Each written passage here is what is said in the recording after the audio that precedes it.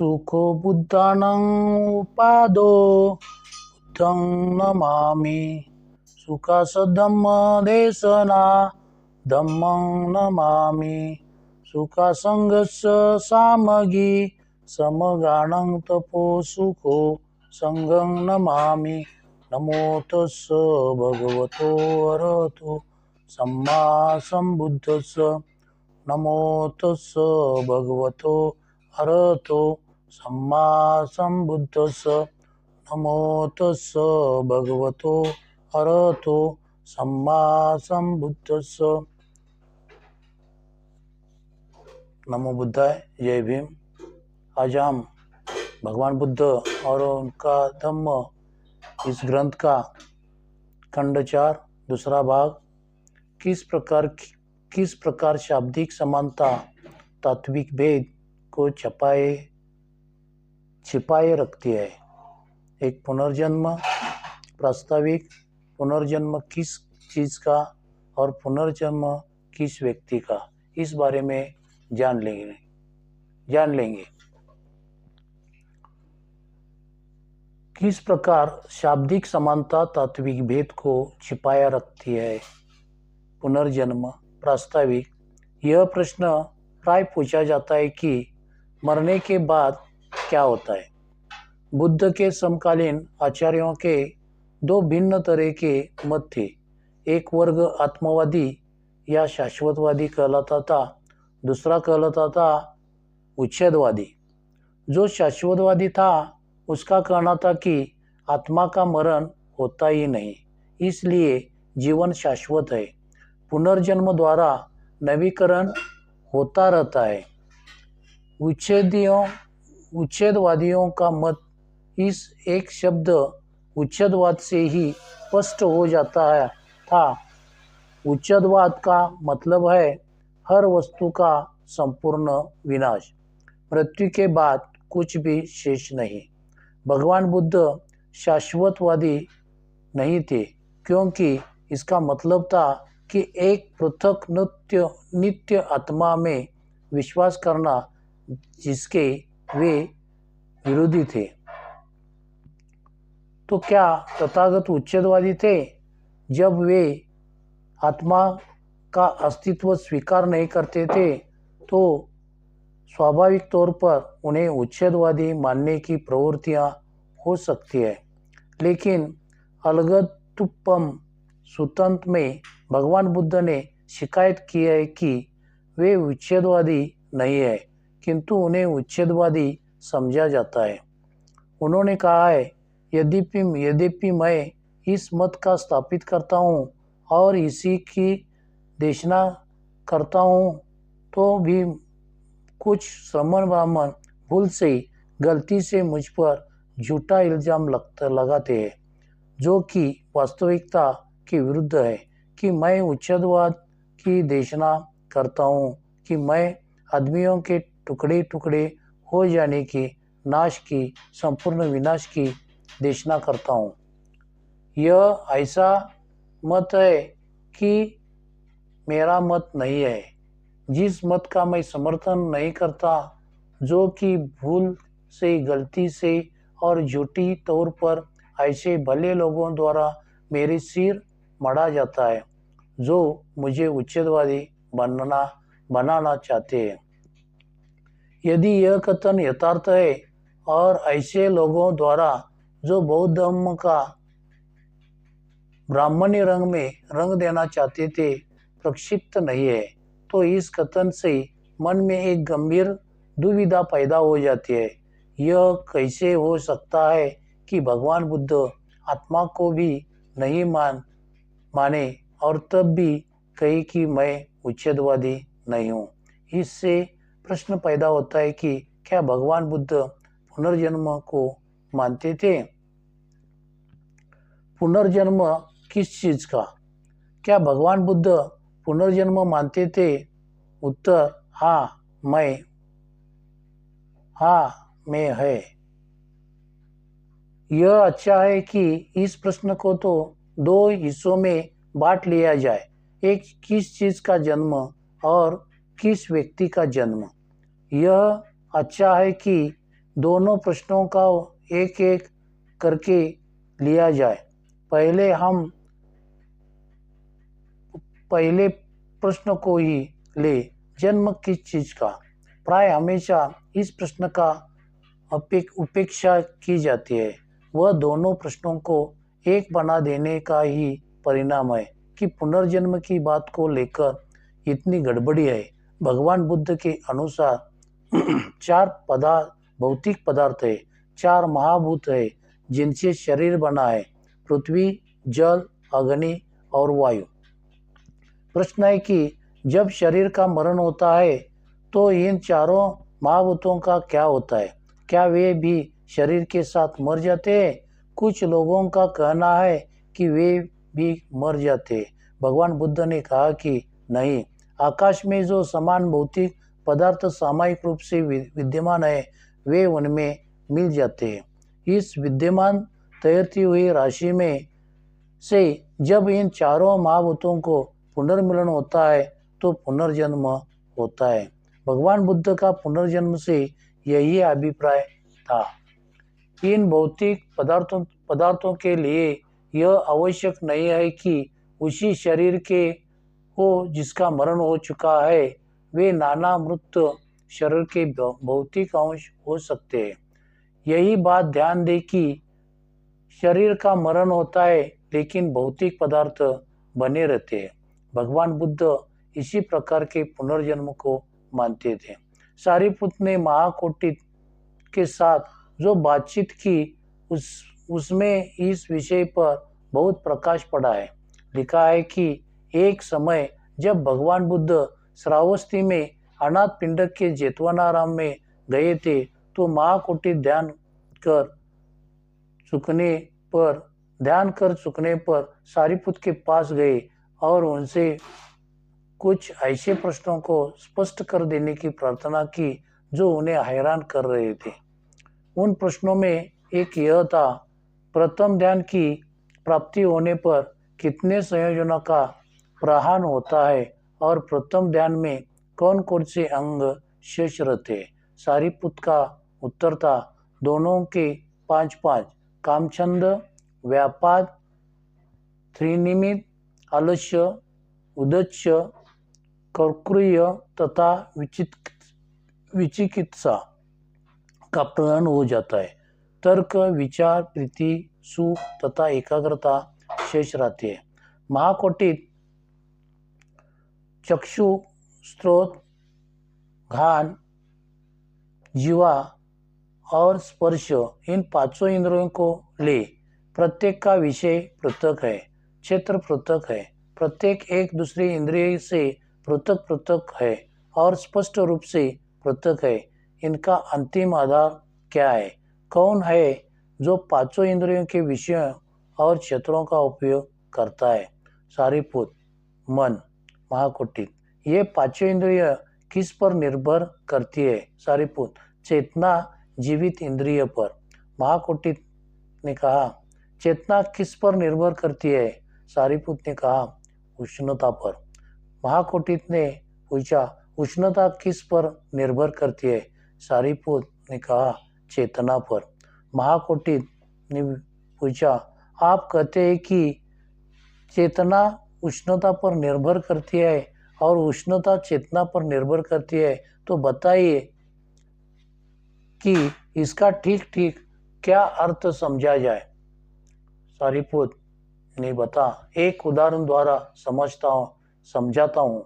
जैसे दीपक के प्रकाश में दीपक की लौ प्रकट होती है और प्रदीप के लौ से दीपक का प्रकाश प्रकट होता है, उसी प्रकार चेतना उष्णता पर निर्भर करती है और उष्णता चेतना पर निर्भर करती है।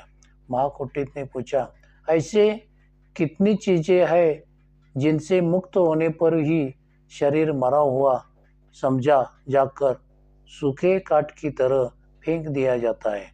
सारीपुत ने कहा, जीवित, इंद्रिय, उष्णता और विज्ञान।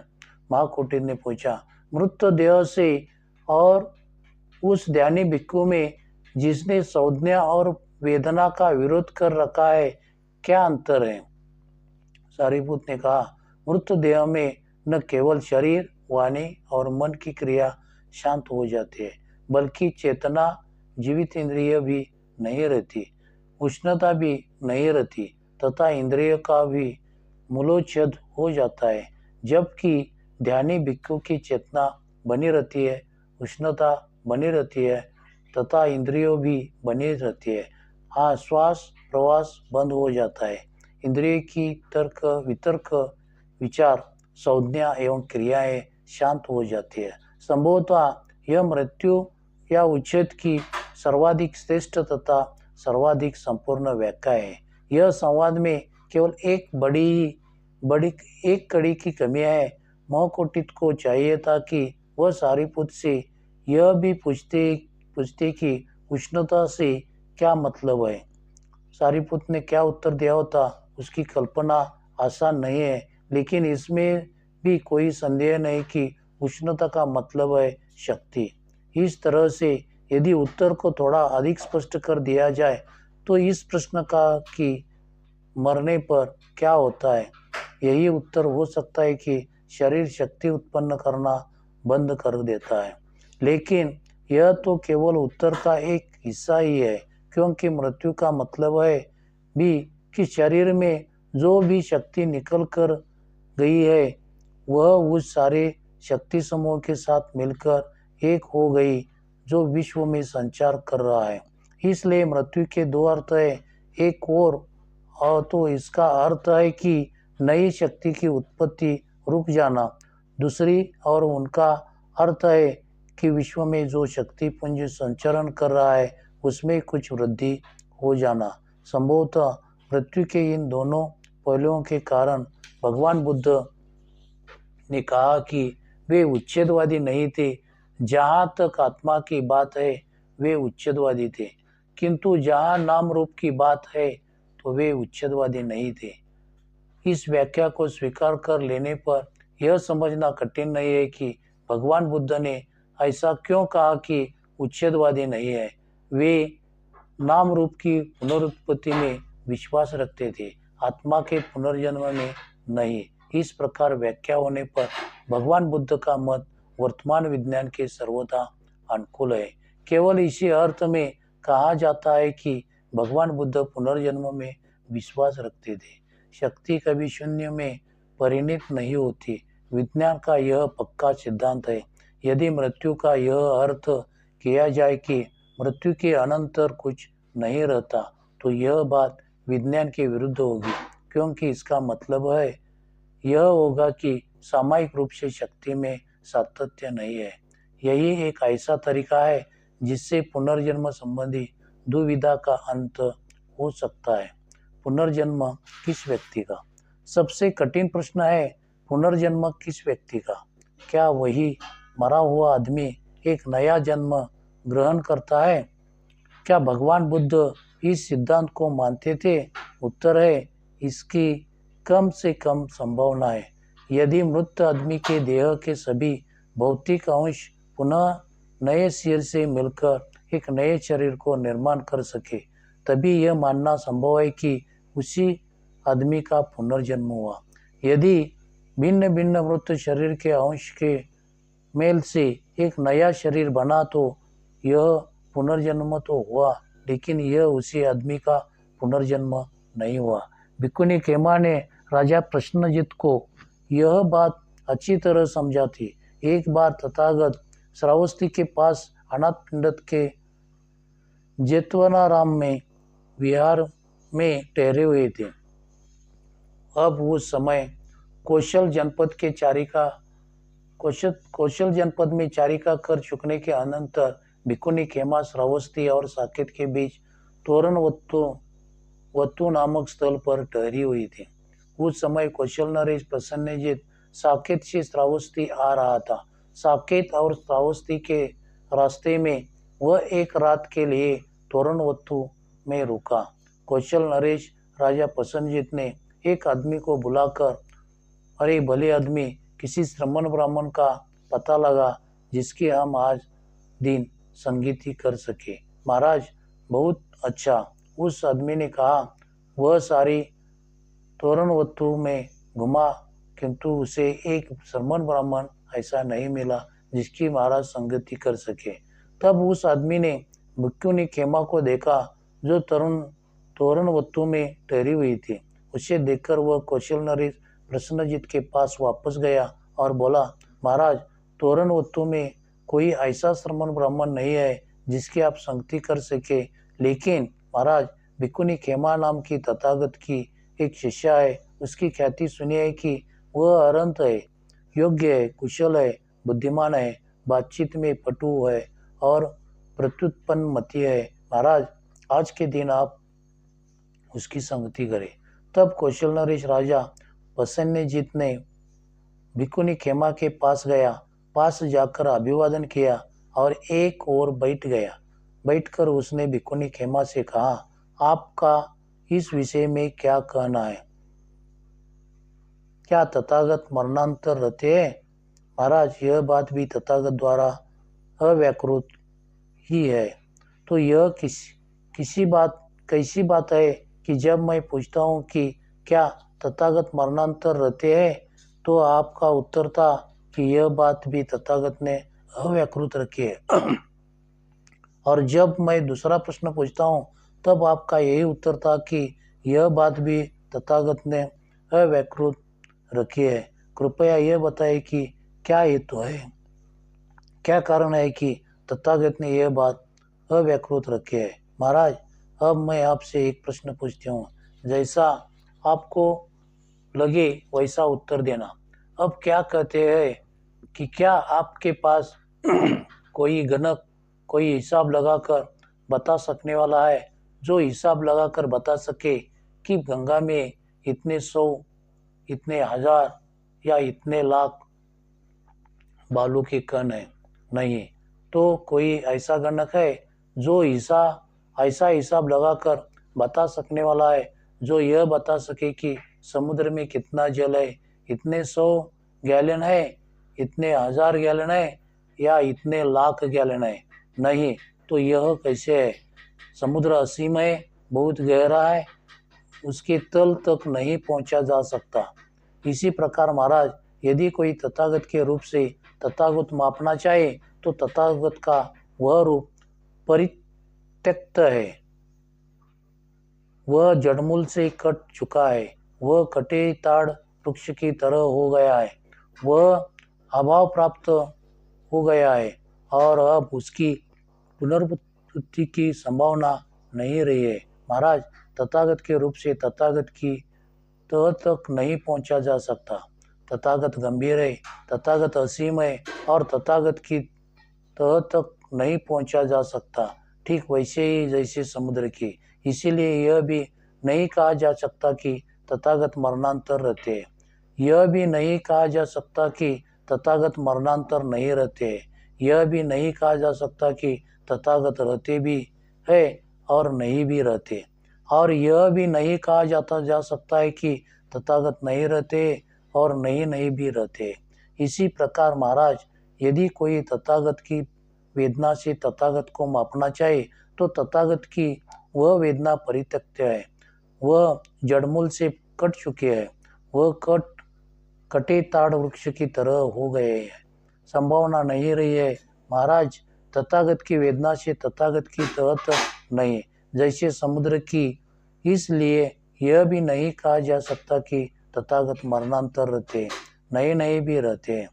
इस प्रकार महाराज, यदि कोई तथागत की संज्ञा से, तथागत के संस्कारों से, तथागत के विज्ञान से तथागत को मापना चाहे तो तथागत का वह विज्ञान परित्यक्त है, वह जड़मूल से कट चुका है, वह कटे ताड़ वृक्ष की तरह हो गया है, संभावना नहीं रही है। महाराज, तथागत के विज्ञान से तथागत की वह तक नहीं जैसे समुद्र की। इसलिए यह भी नहीं कहा जा सकता कि तथागत मरणांतर रहते, नहीं भी रहते। तब राजा प्रसन्नजीत भिक्षुनी खेमा के शब्दों से प्रसन्न हुआ, आनंदित हुआ। वह अपने स्थान से उठा, उसे अभिवादन किया और चल दिया। अब एक अवसर पर राजा प्रसन्नजीत तथागत के दर्शनार्थ गया, पास पहुंचकर अभिवादन किया और एक ओर बैठ गया। उसने तथागत से निवेदन किया, भगवान कृपया बताएं कि तथागत मरणांतर रहते हैं। महाराज, मैंने इस बात को अव्यक्त रखा है।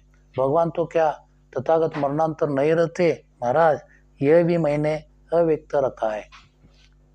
तब राजा ने ऐसे दूसरे प्रश्न पूछे और सभी को ऐसा ही उत्तर मिला। भगवान, यह कैसे?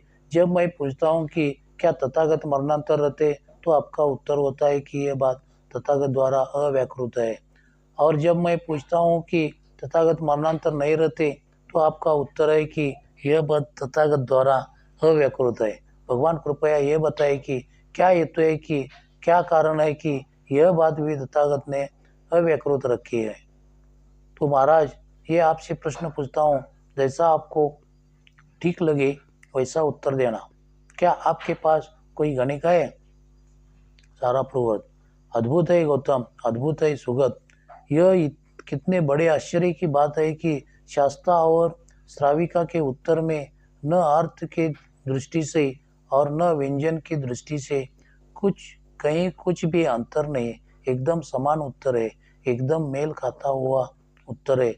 उच्चतम बात के बारे में भगवान, एक समय मैं भिक्खुनी खेमा के पास गया और उससे यही प्रश्न पूछा। उसने मुझे ठीक इन्हीं शब्दों में, ठीक इन्हीं अक्षरों में उत्तर दिया, अद्भुत है गौतम, अद्भुत है सुगत। यह कितने बड़े आश्चर्य की बात है कि शास्ता और श्राविका के उत्तर में न अर्थ की दृष्टि से और न व्यंजन की दृष्टि से कहीं कुछ भी अंतर नहीं, एकदम समान उत्तर है, एकदम मेल खाता हुआ उत्तर है उच्चतम बात के बारे में। अच्छा भगवान, अब आज्ञा दे, हम जाना चाहते हैं, हमें बहुत कार्य है। महाराज, इस समय आप जो करना उचित समझे वह करे। तब कौशल नरेश राजा प्रसन्नजीत तथागत के वचनों से प्रसन्न हुआ, आनंदित हुआ। वह अपने स्थान से उठा और तथागत को अभिवादन कर चला गया।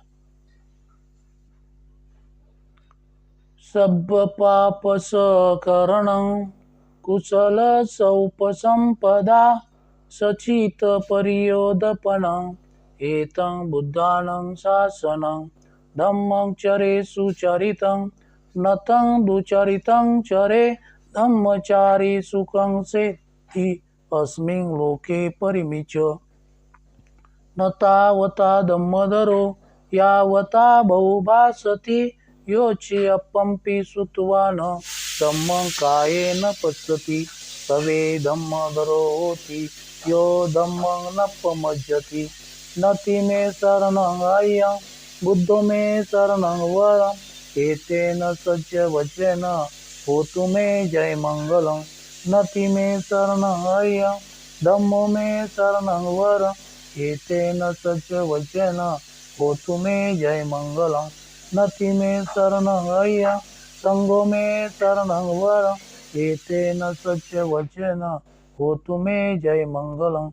नमो बुद्धाय, नमो धम्माय, नमो संघाय, साधु साधु साधु।